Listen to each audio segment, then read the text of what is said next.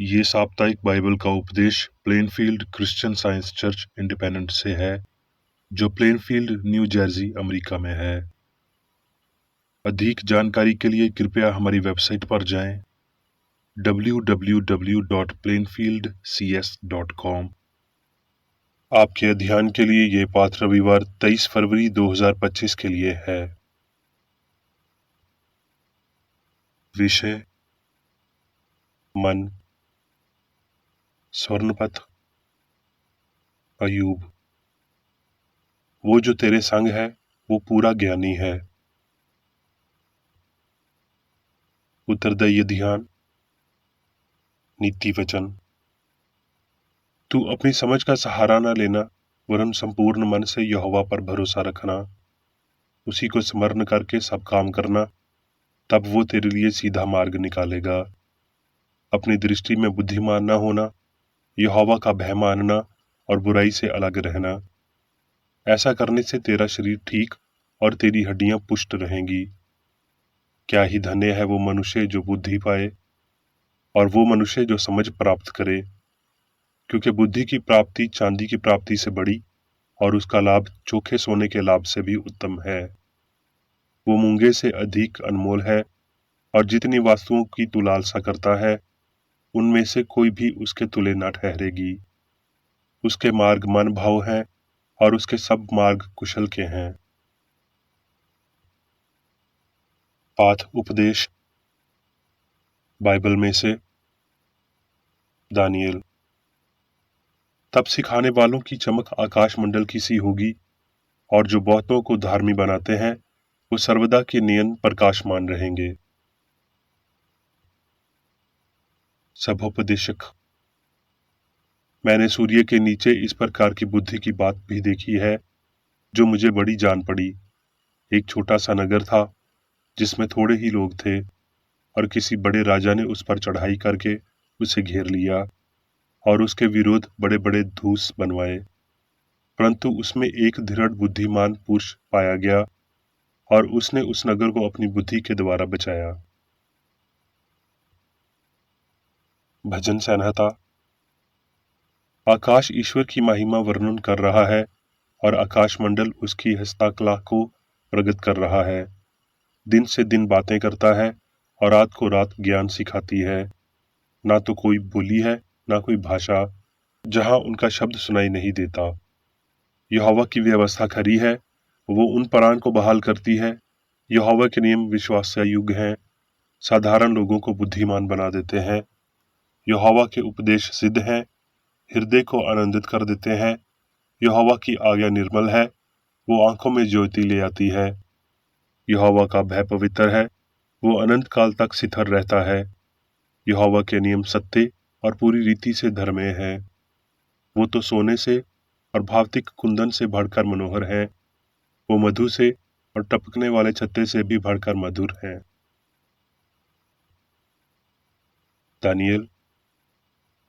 अपने राज्य के दूसरे वर्ष में नबूकदनजर ने ऐसा सपना देखा, जिससे उसका मन बहुत ही व्याकुल हो गया और उसको नींद न आई। तब राजा ने आज्ञा दी कि ज्योतिषी, तंत्री, तूनाहे और कसदी बुलाए जाएं, कि वो राजा को उसका सपना बताएं। सो वो आए और राजा के सामने हाजिर हुए। कसदियों ने राजा से आरामी भाषा में कहा, हे राजा, तू चिरंजीव रहे। अपने दासों को सपना बता, और हम उसका फल बताएंगे। राजा ने कसदियों को उत्तर दिया कि मैं ये आज्ञा दे चुका हूं कि यदि तुम फल समेत सपने को ना बताओगे, तो तुम टुकड़े टुकड़े किए जाओगे, और यदि तुम फल समेत सपना बता दोगे, तो मुझसे भांति भांति के प्रदान और भारी प्रतिष्ठा पाओगे। कसदियों ने राजा से कहा, पृथ्वी भर में ऐसा कोई मनुष्य नहीं जो राजा के मन की बात बता सके। इस पर राजा झुंझलाया और बहुत ही क्रोधित हुआ, और दानियल ने भीतर जाकर राजा से विनती की कि उसके लिए कोई समय ठहराया जाए, तो वो महाराज के सपने का फल बता देगा। तब वो भेद दानियल को रात के समय दर्शन के द्वारा प्रकट किया गया। सो दानियल ने स्वर्ग के परमेश्वर का धन्यवाद किया। हे मेरे पूर्वजों के परमेश्वर, मैं तेरा धन्यवाद और स्तुति करता हूँ, क्योंकि तूने मुझे बुद्धि और स्तुति दी है, और जिस भेद का खुलना हम लोगों ने ना तुझसे मांगा था, उसे तूने मुझ पर प्रकट किया है। तूने हमको राजा की बात बताई है। दानियल ने राजा को उत्तर दिया, भेदों का प्रगट करता परमेश्वर स्वर्ग में है, और उसी ने नबूकदनेस्सर राजा को बताया है कि अंत के दिनों में क्या क्या होने वाला है। राजा ने दानियल से कहा, सच तो ये है कि तुम लोगों का परमेश्वर, सब ईश्वरों का ईश्वर, राजाओं का राजा और भेदों का खोलने वाला है, इसलिए तू ये भेद प्रकट कर पाया। तब राजा ने दानियल का पड़ बढ़ा दिया और उसको बहुत से बड़े बड़े दान दिए, और ये आज्ञा दी कि वो बाबल के सारे प्रांत पर हाकम और बाबल के सब पंडितों पर मुख्य प्रधान बनाए। यशाया। प्रभु यहोवा ने मुझे सीखने वालों की जुबान दी है कि मैं थके हुओं को अपने वचन द्वारा संभालना जानूं। भोर को वो नित मुझे जगाता और मेरा कान खोलता है कि मैं शीशे के समान सुनूं। क्योंकि प्रभु यहोवा मेरी सहायता करता है, इस कारण मैंने संकोच नहीं किया, वरुण अपना माथा चकमाक के नियन काढ़ा किया। तुम में से कौन है जो यहोवा का भय मानता और उसके दास की बातें सुनता है, जो अंधेरे में चलता हो और उसके पास ज्योति ना हो? वो यहोवा के नाम का भरोसा रखे और अपने परमेश्वर के नाम पर आशा लगाए रखे। करंथियों। परंतु जैसा लिखा है, जो आंख ने नहीं देखा और कान ने नहीं सुना और जो बातें मनुष्य के चित्त में नहीं चढ़ी, वही है जो परमेश्वर ने अपने प्रेम रखने वालों के लिए तैयार की हैं। परंतु परमेश्वर ने उनको अपने आत्मा के द्वारा हम पर प्रगट किया, क्योंकि आत्मा सब बातें वरुण परमेश्वर की गूढ़ बातें भी जानता है। मनुष्यों में से कौन किसी मनुष्य की बातें जानता है? केवल मनुष्य की आत्मा जो उसमें है। वैसे ही परमेश्वर की बातें भी कोई नहीं जानता, केवल परमेश्वर की आत्मा के। परंतु हमने संसार की आत्मा नहीं, परंतु वो आत्मा पाई है जो परमेश्वर की ओर से है, कि हम उन बातों को जाने जो परमेश्वर ने हमको दी हैं, जिनको हम मनुष्यों के ज्ञान की सिखाई हुई बातों में नहीं, परंतु आत्मा की सिखाई हुई बातों में आत्मिक बातों से मिला मिलाकर सुनाते हैं। परंतु शारीरिक मनुष्य परमेश्वर की आत्मा की बातें ग्रहण नहीं करता, क्योंकि वो उसकी दृष्टि में मूर्खता की बातें हैं, और ना वो उन्हें जान सकता है, क्योंकि उनकी जांच आत्मिक रीति से होती है। आत्मिक जन सब कुछ जांचता है, परंतु वो आप किसी से जांचा नहीं जाता, क्योंकि प्रभु का मन किसने जाना है कि उसे सिखा ले, परंतु हम में मसीह का मन है। अब मैं मेरी बेकर एडी द्वारा क्रिश्चियन साइंस की किताब विज्ञान और स्वस्थ शास्त्रों की कुंजी के साथ के साहस संबंधी अंश पढ़ूंगा। विज्ञान और स्वस्थ। वो समय आ गया है जब राय और हठ धर्मिता की बजाय प्रमाण और प्रदर्शन मसीही धर्म के समर्थन में बुलाया जाता है। साधारण लोगों को बुद्धि दी जाती है। सभी पदार्थ, बुद्धि, ज्ञान, अस्तित्व, अमरता, कारण और प्रभाव ईश्वर के हैं। ये उसकी विशेषताएं हैं, अनंत दिव्य सिद्धांत, प्रेम की शाश्वत अभिव्यक्तियां। कोई भी ज्ञान बुद्धिमान नहीं, लेकिन उसका ज्ञान है। कोई सत्य सत्य नहीं है, कोई प्रेम प्यारा नहीं है, कोई जीवन जीवन नहीं है, लेकिन परमात्मा है। कोई अच्छा नहीं है, लेकिन अच्छा भगवान सबसे अच्छा है। दिव्य तत्व मीमांसा, जैसा कि आध्यात्मिक समझ से पता चलता है, स्पष्ट रूप से दिखाता है कि सभी कुछ मन है, और वो मन ईश्वर है, सर्वशक्तिमान, सर्वव्यापी, सर्वज्ञ, अर्थात सभी शक्ति, सभी उपास्थिति, सभी विज्ञान। इसलिए सभी वास्तव में मन की अभिव्यक्ति है। परमेश्वर उस बुद्धि से अलग नहीं है जिसे वो श्रेष्ठ मानता है। वो जो प्रतिभा देता है, हमें उसे सुधारना चाहिए। याद रखें, दिमाग मन नहीं है। भावधिक क्षमता को मस्तिष्क के आकार से और शक्ति की मांसपेशियों के व्यायाम से मापना, बुद्धि को वश में करना है, मन को नश्वर मानना है, तथा इस तथाकथित मन को भावतिक संगठन और गैर बुद्धिमान पदार्थ की दया पर छोड़ देना है। प्रश्न: बुद्धि क्या है? उत्तर: बुद्धि सर्वज्ञता, सर्वव्यापकता और सर्वशक्ति मानता है। ये अनंत मन, त्रित्व तत्व, सत्य और प्रेम, का मूल और शाश्वत गुण है, जिसे ईश्वर कहा गया है। विज्ञान शब्द ठीक से समझे जाने पर केवल ईश्वर के नियमों और ब्रह्मांड पर उसकी सरकार को संदर्भित करता है, जिसमें मनुष्य भी शामिल है। इससे ये प्रतीत होता है कि व्यापारिक पुरुषों और सुसंस्कृत विद्वानों ने पाया है कि क्रिश्चियन साइंस उनकी सहन शक्तियों और मानसिक शक्तियों को बढ़ाता है, चित्रित की उनकी धारणा को बढ़ाता है, उन्हें इक्कारूपिता और समझ देता है और उनकी साधारण क्षमता को पार करने की क्षमता देता है। मानव मन जो इस आध्यात्मिक समझ के साथ जुड़ा हुआ है, अधिक लोचादार हो जाता है, अधिक धीरज रखने में सक्षम हो जाता है, कुछ हद तक खुद से बच जाता है और कम प्रतिनिधि की आवश्यकता होती है। मनुष्य की व्यक्त क्षमताओं और भावनाओं को विकसित करने के विज्ञान का ज्ञान ये वातावरण का विस्तार करता है, जिससे नश्वर व्यापक और उच्चतर क्षेत्रों तक पहुंच प्राप्त करता है। ये विचारक को अंतर्दृष्टि और दृष्टिकोण की अपनी मूल हवा में उठाता है। जरूरी नहीं कि मन शिक्षक प्रक्रियाओं पर निर्भर हो, ये अपने आप में सभी सुंदरता और कविता और उन्हें व्यक्त करने की शक्ति रखता है। आत्मा ईश्वर तब सुनाई देता है जब इंद्रियां चुप हो जाती हैं। हम जितना कुछ करते हैं उससे कहीं अधिक करने के लिए हम सब सक्षम हैं। आत्मा का प्रभाव या क्रिया एक स्वतंत्रता प्राप्त करती है, जो कि अवयविक की घटनाओं और असाभय होंठों की व्याख्या करती है।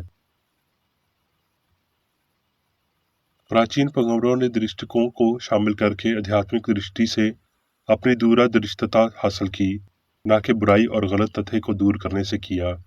भविष्य की निष्ठा और मानवीय विश्वास के आधार पर भविष्य की भविष्यवाणी करने से किया। जब विज्ञान में पर्याप्त रूप से उन्नत होने की सच्चाई के साथ सामंजस्य स्थापित किया जाता है, तो पुरुष अनैच्छिक रूप से दृष्टता और भविष्य अद्विकता बन जाता है, जो राक्षसों, आत्माओं या लोकतंत्रों द्वारा नियंत्रित नहीं होते हैं, बल्कि एक आत्मा द्वारा होते हैं। ये वर्तमान दिव्य मन का विचार है, वो विचार जो इस मन के साथ संबंध में है, अतीत, वर्तमान और भविष्य को जानने के लिए। साइंस के साथ परिचित होना हमें बड़े पैमाने पर दिव्य मन के साथ कमियों को सक्षम बनाता है।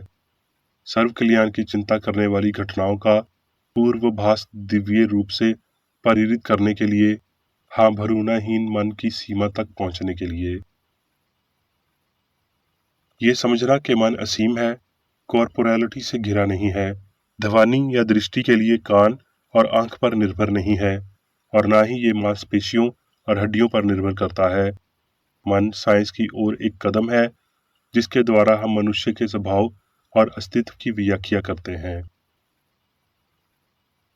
आत्मा के बारे में हम सब सही रूप से जानते हैं कि ईश्वर ईश्वरीय सिद्धांत से आता है और ये मसीह और क्रिश्चियन साइंस के माध्यम से सीखा जाता है। यदि इस विज्ञान को अच्छी तरह से सीखा और ठीक से पचा लिया गया है, तो हम सत्य को इससे अधिक सटीक रूप से जान सकते हैं, जितना कि खगोला शास्त्री तारों को पढ़ सकते हैं या किसी ग्रहण की गणना कर सकते हैं। ये मन की बात पढ़ना ज्योतिषी के विपरीत है। ये आध्यात्मिक समझ की रोशनी है, जो आत्मा की सीमता को प्रदर्शित करती है, भौतिक अर्थ की नहीं। ये आत्मा बोध मानव मन में तब आता है जब जब उत्तरार्ध दिव्य मन को उपजाता है। इस तरह के अंतर्ज्ञान से पता चलता है कि जो कोई भी सिद्धभाव को बनाता और बनाए रखता है, वो किसी व्यक्ति को अच्छा करने के लिए सक्षम बनाता है, लेकिन बुराई को नहीं। जब आप इस तरीके से मानव मन को पढ़ने और उस त्रुटि को समझने में सक्षम हो जाएंगे जिसे आप नष्ट कर देंगे, तो आप उपचार के संपूर्ण विज्ञान तक पहुंच जाएंगे। ये समझ के अहंकार मन है और ये कि एक मन या बुद्धि है, एक बार में नश्वर अर्थ की त्रुटियों को नष्ट करने और अमर भावना की सच्चाई की आपूर्ति करने के लिए शुरू होता है। ये समझ शरीर को सामंजस्य पूर्ण बनाती है।